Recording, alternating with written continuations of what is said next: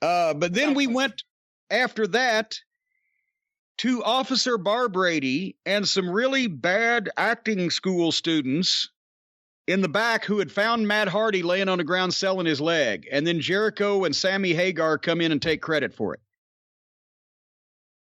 And so that obviously took Matt Hardy out of helping his friend's private party in their match with Jericho and Hager later on, and also was more phoniness and more bullshit. No, nobody would ever believe that those guys that were standing over Matt Hardy were really upset and that they meant what they said. Not the announcer, not the guys that found him.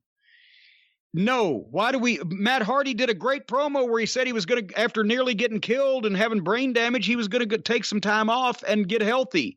And he's at every show since, but this was the only time we saw him. Was it that important that they have to do something else phony to lay Matt Hardy out and nobody believes it? Or just say, well, Private Party's going to go without the advice of Matt Hardy because he's off selling a fucking concussion.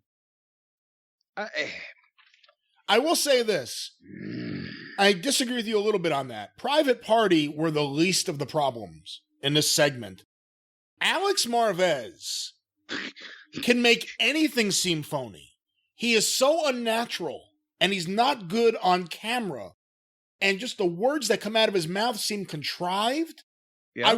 After you said it last time, I rewatched that Young Bucks super kicking thing over and over and over, where he just grips the microphone. He goes down holding the microphone.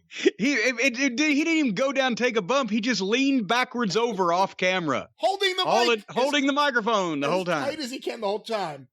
He's really, really bad on there. They've had other people do that role. Assuming that someone else can get to Jacksonville, even with the pandemic, have Dasha do it. She's great on camera. She knows how to not seem disingenuous. Alex Marvez, you want to talk about a black hole of charisma. He puts Brody Lee to shame. That's all I wanted to say about that.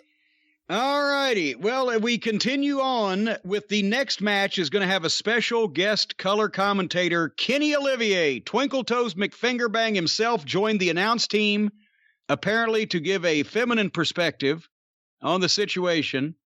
I'm not talking about his sexual preferences in any way. I'm talking about the fact that he has a woman's voice, a woman's haircut. He looks like an old washwoman.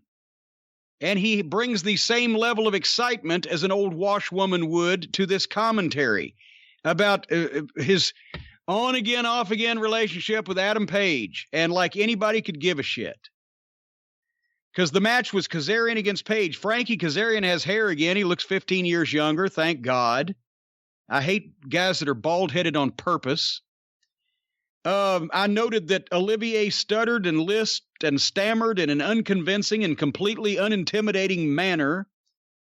He sounds like he's also 14 years old. This match was once again, of the only well-trained and good-looking athletes that are veterans on the roster. And the match was fine.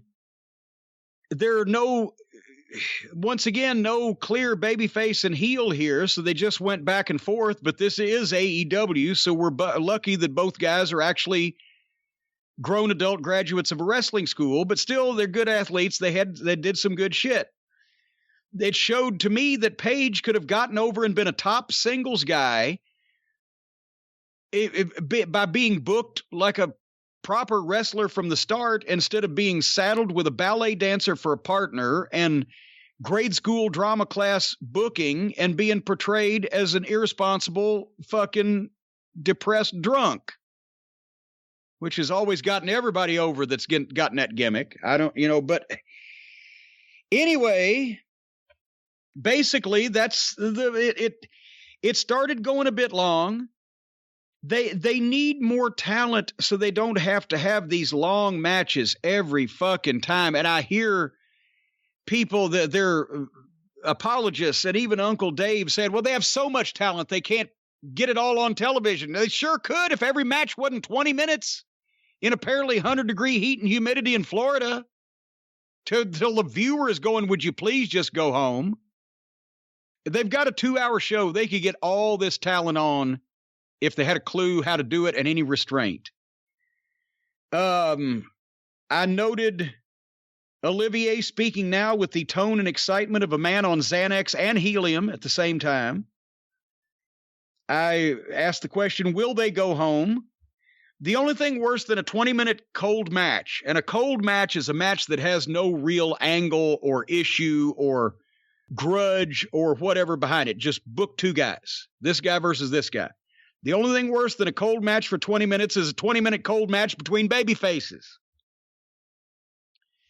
Page won with a hell of a looking buckshot lariat.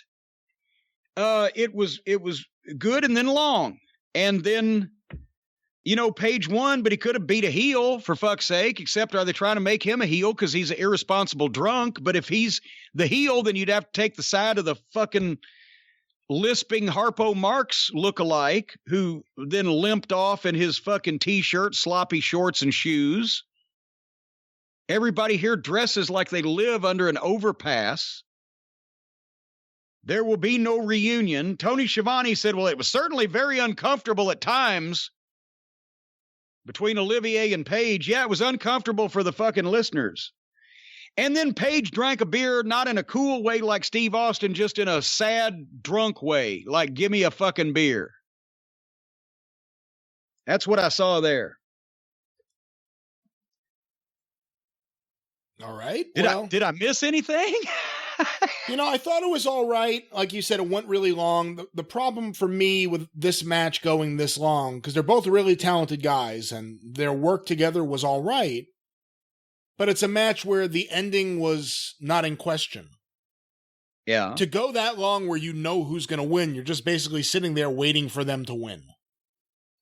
Or you were waiting for hopefully some interaction. Well, I don't even know if I would say hopefully, but you were waiting for some interaction with Olivier and Page. That didn't happen. He was horrible on commentary. Oh, you think? You were being too nice, I think.